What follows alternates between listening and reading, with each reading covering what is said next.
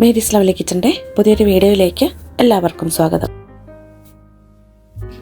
ഇന്ന് നമുക്ക് വളരെ എളുപ്പത്തിൽ തയ്യാറാക്കാൻ പറ്റുന്ന നല്ല ടേസ്റ്റി ആയിട്ടുള്ള ഒരു പായസം തയ്യാറാക്കാം. നുറുക്ക് ഗോതമ്പ് വെച്ചിട്ടുള്ളൊരു പായസമാണ് ഞാനിവിടെ തയ്യാറാക്കുന്നത്. അപ്പോൾ നമുക്ക് വീഡിയോയിലേക്ക് പോവാം. ഇത് തയ്യാറാക്കാനായിട്ട് ഞാനിവിടെ അരക്കപ്പ് നുറുക്ക് ഗോതമ്പാണ് എടുത്തിട്ടുള്ളത്. ഇതൊരു ബൗളിലേക്ക് ഇട്ടെടുത്ത് 3-4 പ്രാവശ്യം നന്നായിട്ട് കഴുകി എടുത്തിട്ട് വരാം. ഇത് ഞാൻ നന്നായിട്ട് കഴുകി വൃത്തിയാക്കി എടുത്തതാണ്. ഇനി ഇതൊരു കുക്കറിലേക്ക് ഇട്ട് കൊടുക്കാം.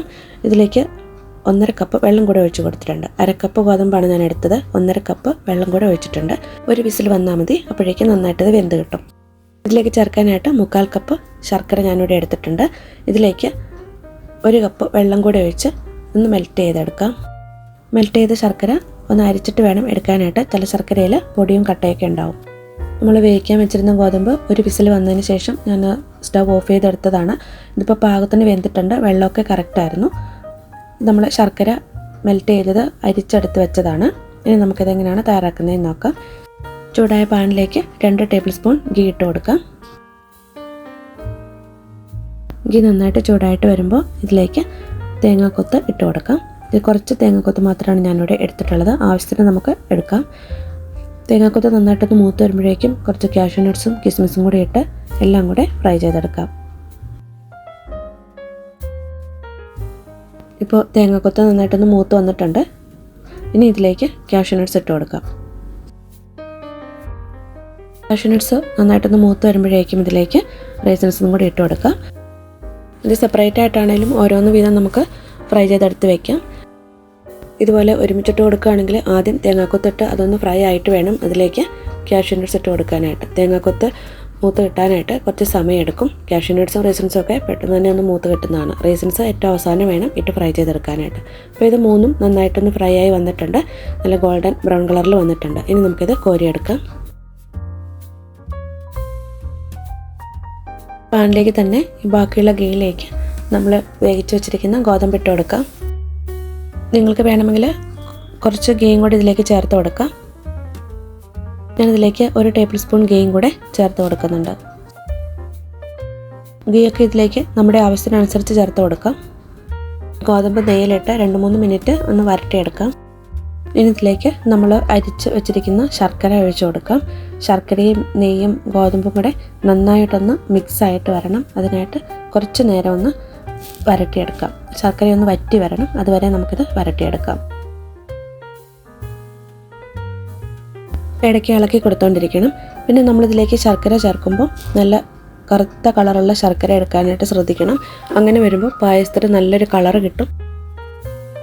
ഞാൻ എടുത്തിരിക്കുന്ന ശർക്കരയ്ക്ക് കളറ് കുറവാണ്. അതുകൊണ്ടാണ് പായസത്തിനും അത്ര കളറില്ലാത്തത്. ഇപ്പോൾ ശർക്കരയൊക്കെ ഒന്ന് വറ്റി ഇതൊന്ന് കുറുകി വന്നിട്ടുണ്ട്.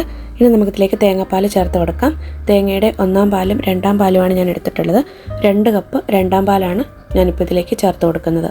തേങ്ങാപ്പാൽ ചേർത്ത് ഒരു മീഡിയം ഫ്ലെയിമിലിട്ട് ഇത് നന്നായിട്ടൊന്ന് കുറുക്കിയെടുക്കണം.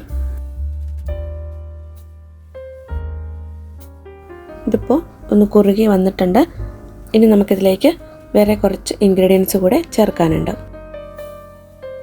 പായസത്തിൽ മധുരമൊക്കെ എല്ലാം ഒന്ന് ബാലൻസ് ആവാനായിട്ട് ഇതിലേക്ക് 1 നുള്ള് ഉപ്പ് ചേർത്ത് കൊടുക്കാം.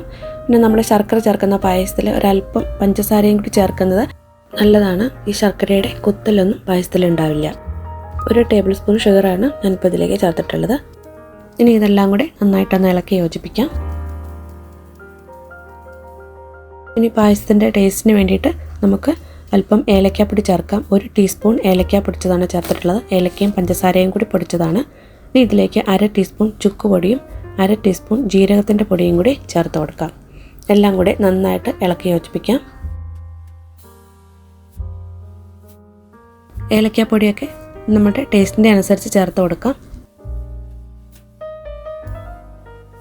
എല്ലാം കൂടെ നന്നായിട്ട് ഇളക്കി യോജിപ്പിച്ചതിന് ശേഷം നമുക്കിതിലേക്ക് തേങ്ങയുടെ 1-ാം പാല് ചേർത്ത് കൊടുക്കാം. ഞാനിവിടെ 1 കപ്പ് 1-ാം പാലാണ് എടുത്തിട്ടുള്ളത്. 1-ാം പാല് ചേർത്തിട്ട് ഇത് ഒത്തിരി നേരമിട്ട് തിളപ്പിക്കരുത്. നന്നായിട്ടൊന്ന് ചൂടായിട്ട് വന്നാൽ മതി. ആദ്യം നന്നായി ഒന്ന് ഇളക്കി യോജിപ്പിക്കാം. അതിനുശേഷം നന്നായി ഇതൊന്ന് ചൂടായി വരുമ്പോഴത്തേക്കും നമുക്ക് സ്റ്റവ് ഓഫ് ചെയ്യാം.